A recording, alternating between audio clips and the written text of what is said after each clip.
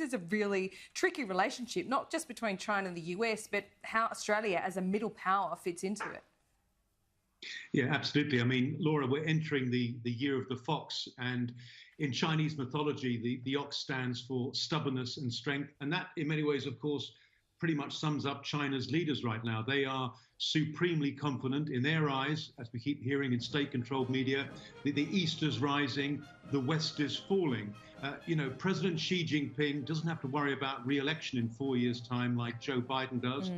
Scott Morrison, of course, has to think about re-election. Xi Jinping is essentially going to be around for potentially another 10 years when he'll be a sprightly 77.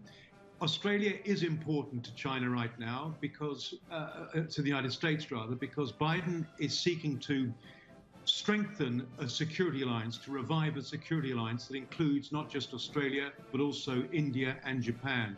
And it's significant that, Joe Biden called the leaders of just about 20 other nations before he called President Xi Jinping. And among those leaders that Joe Biden called was India's Prime Minister. Significant because India has been involved in a continuing border skirmish with China for the past couple of months, and India will be central to this new security alliance, as will Australia. When Biden speaks in future to China, he wants to make sure that he has allies standing shoulder to shoulder with him, so that he speaks for and also on behalf of those allies. So as he formulates that policy, he'll want to consult with those allies during the coming months. Now, during that phone call with President Xi Jinping, which, by the way, went on for 2 hours, Biden again drew his concerns over human rights, not just in Xinjiang, but also the situation here in Hong Kong. But the real flashpoint, I think, is going to be, the South China Sea and Taiwan. Just, last week, Laura, we had 2 U.S. nuclear-armed carrier groups pass through the South China Sea.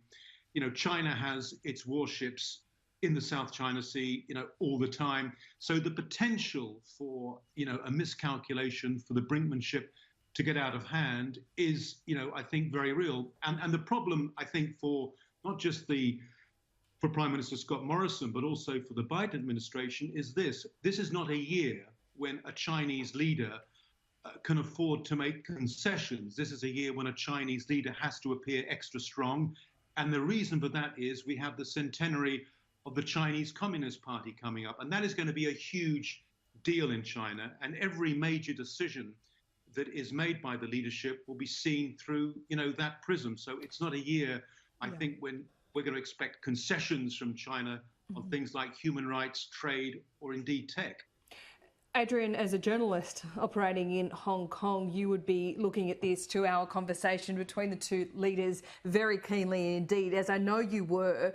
Over the last couple of months, what has been the shift in Hong Kong, if any? How difficult is it to be a journalist and indeed an expat living there? Well, the problem is, as a journalist here at the moment, and I'm a freelance journalist, it's very hard to negotiate the red lines because we don't know what the red lines are. And I think the only time we'll know that is if you get a call from the so-called Office for Safeguarding National Security inviting you around for a cup of tea. So far that hasn't happened. There have been restrictions on foreign journalists who've been kicked out of China who have not been able to come and work here in Hong Kong, including journalists from 3 US media organizations. For the moment, we can still operate here, but, you're more mindful than you were, say, a year ago. When I interview people, I have to be very careful. I don't perhaps record their names and details in my notebooks. When you interview people, you have to warn them that, potentially you could get a visit as a result of talking to me. So it's very important at times like this to protect your contacts.